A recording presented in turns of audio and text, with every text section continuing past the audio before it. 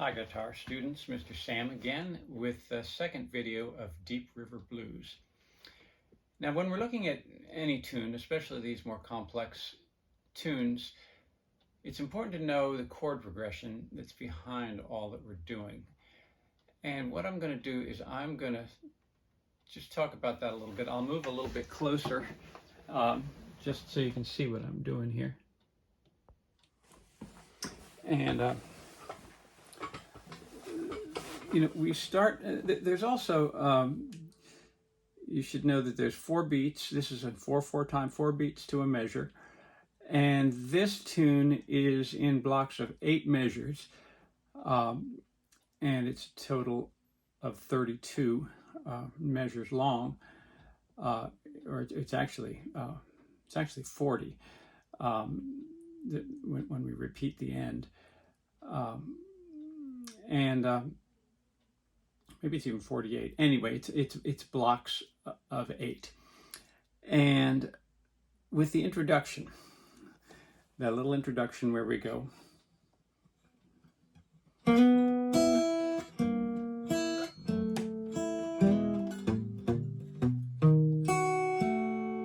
underlying chords for that, and by the way, that little introduction starts on the second beat. So this would be an A minor chord on the second beat of the measure. Not A minor. It's a It's an E7 chord. Would be the chord underlying it. You don't play this, but just if someone was accompanying you, they would play E7. It looks like that. Then they'd play an A7. Then they play an A minor. And then they play an E. And then they play a B7. That goes underneath the... So this would be E7, A7, A minor, E, B7. Just for you to know that. Now when we come up to the beginning of the song, where it starts on the...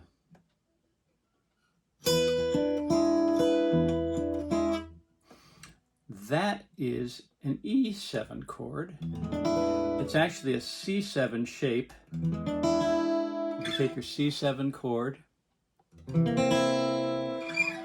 it up to the 5th fret, and you get it E7, and it's abbreviated, and it's got this, it's a really beautiful sounding chord. It's got this extra 5th, which is the B down in there, and the 7th here. Then the next chord is a E diminished chord. See this note, this second string is playing the E note, and so is the low 6th string.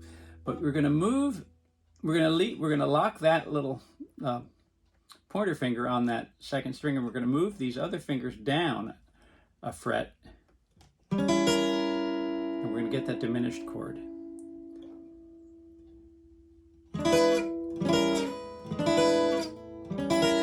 There's another way you can do that. You can move your fingers like this.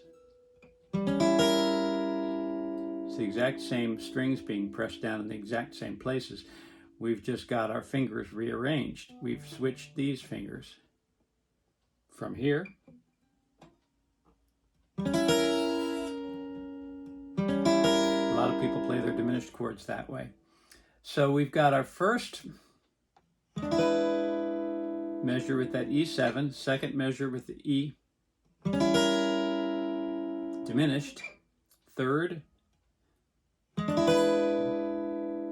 is actually back to the E7, fourth is an A7 chord,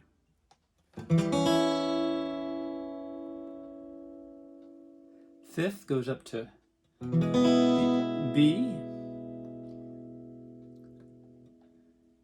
6th, B again, E. Did I say B or E? It's E. E, 6th, and then 7th is B7, and 8th is B7.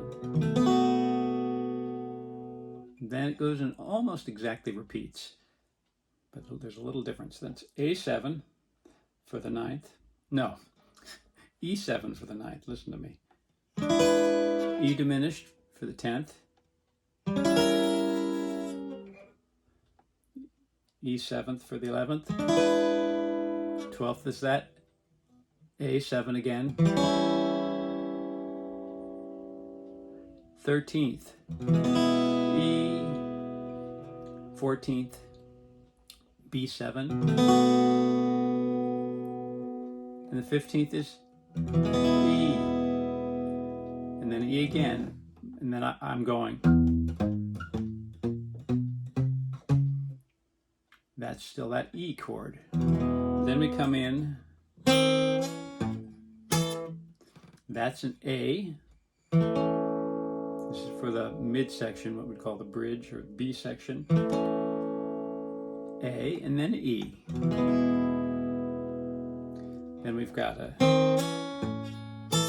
that's A. Then we've got an F sharp, which is the same as an F chord, which I've got a whole video on the F chord. You move it up one fret, F sharp, and then we go to B7, and then we go to A, E, then we go right to that F sharp, then we go to the B7,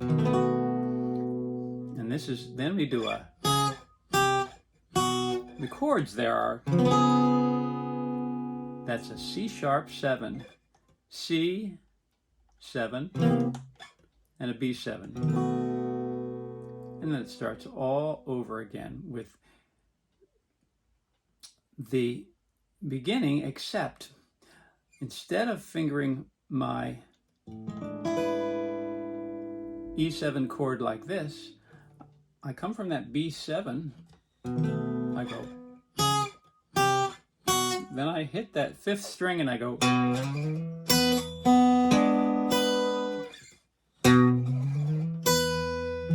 now believe it or not, this is another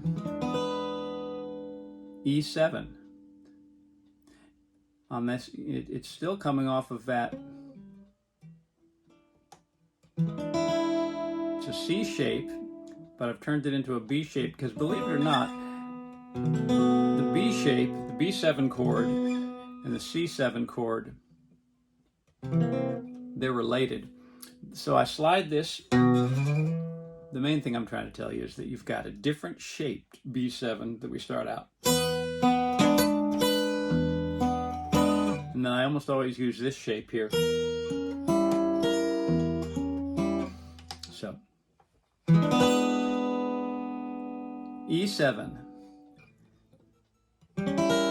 E diminished, E7, back to that A7, E,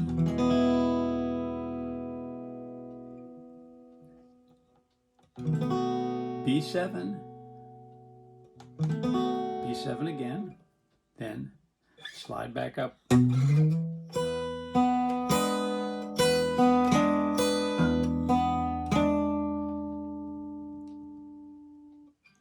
E diminished, E7, A7, E, B7, and then we come back to our E. I go.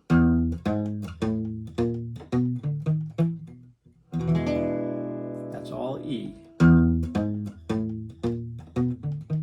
And then I ended on it with a 7th, putting this little finger down on the D note. Okay, now the introduction, let's look at that. I'm taking, now you'll notice here, first of all, look at my fingers. I've got a thumb pick, I've got finger picks.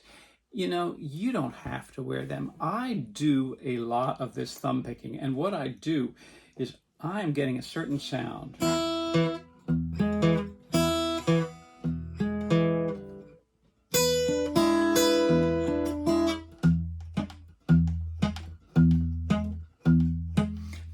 I'm doing is I'm taking the fat part of my hand here below the little finger, and I'm laying it across the very back of my strings to mute them. If I didn't do that, it would sound like this,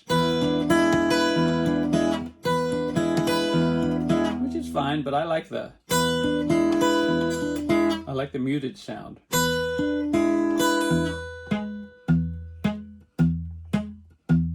Instead of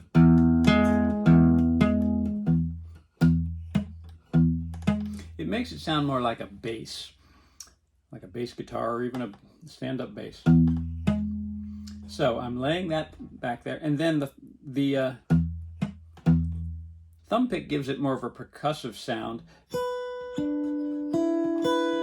The fingers make it a little louder. See, a lot of my playing is unamplified. I play in schools to school children, large classes. I play in church a lot of times, unamplified. So I've got these picks on for more volume. And also, with my finger picks, it's to keep my fingers protected. If I'm trying to play loud, real loud, without finger picks, I end up blistering my fingers, especially this middle finger.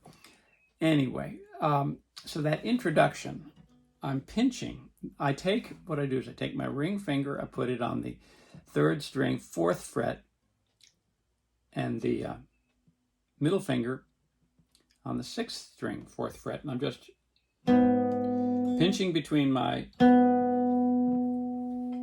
pointer and my thumb, and then I take my middle finger and I hit the 1st string, and I slide into that.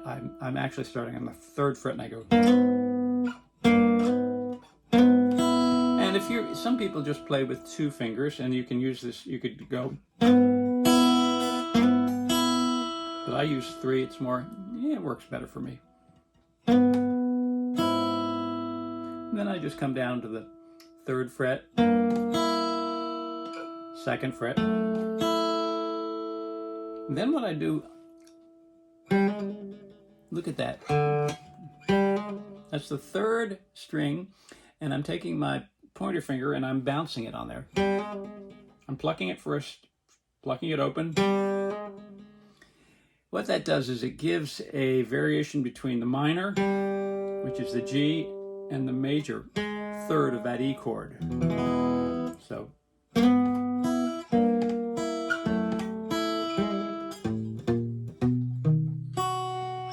Now what did I just do there? I'll start with this. Then I go 6th string open, 6th string 1st fret, 6th string 2nd fret. Then I just play that with my thumb. I'm playing the 4th string. Then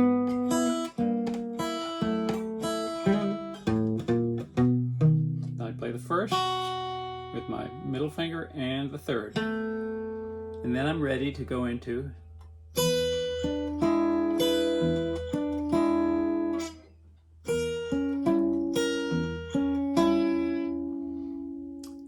and what I'm doing there, got that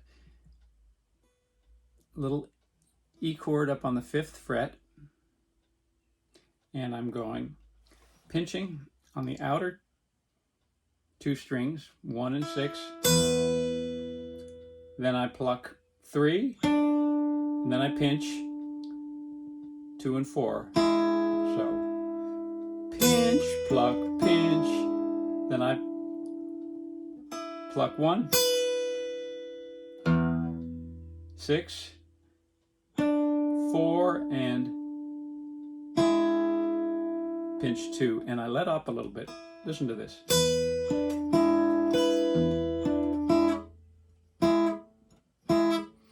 Gives a nice accent, and it's shortening that note a little bit.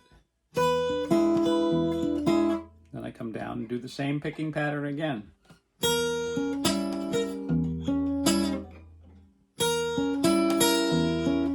And letting off again. So, sounds like this.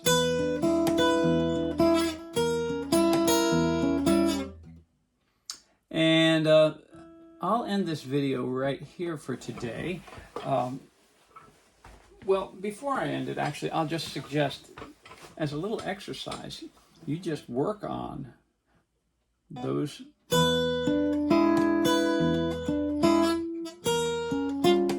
Oops.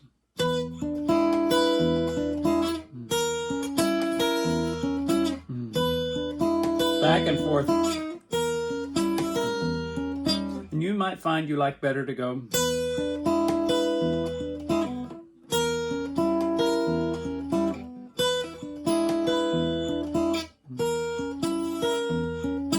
I used to always do the diminished chord this way. So.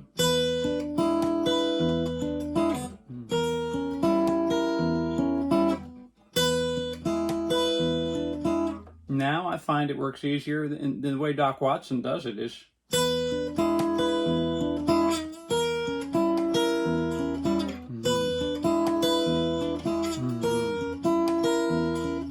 But just work on going back and forth as an exercise, because that is a challenge. And remember, when you're doing you're finishing it, you're pulling off a little bit, you're dampening it with this left-handed. See, if I just play it, it rings, but I let off a little bit. That left hand. I'm not lifting the fingers all the way off the string. Anyway, have fun with that, and I'll see you next time, and we'll go a little further into the song, and enjoy yourself. Okay, bye-bye.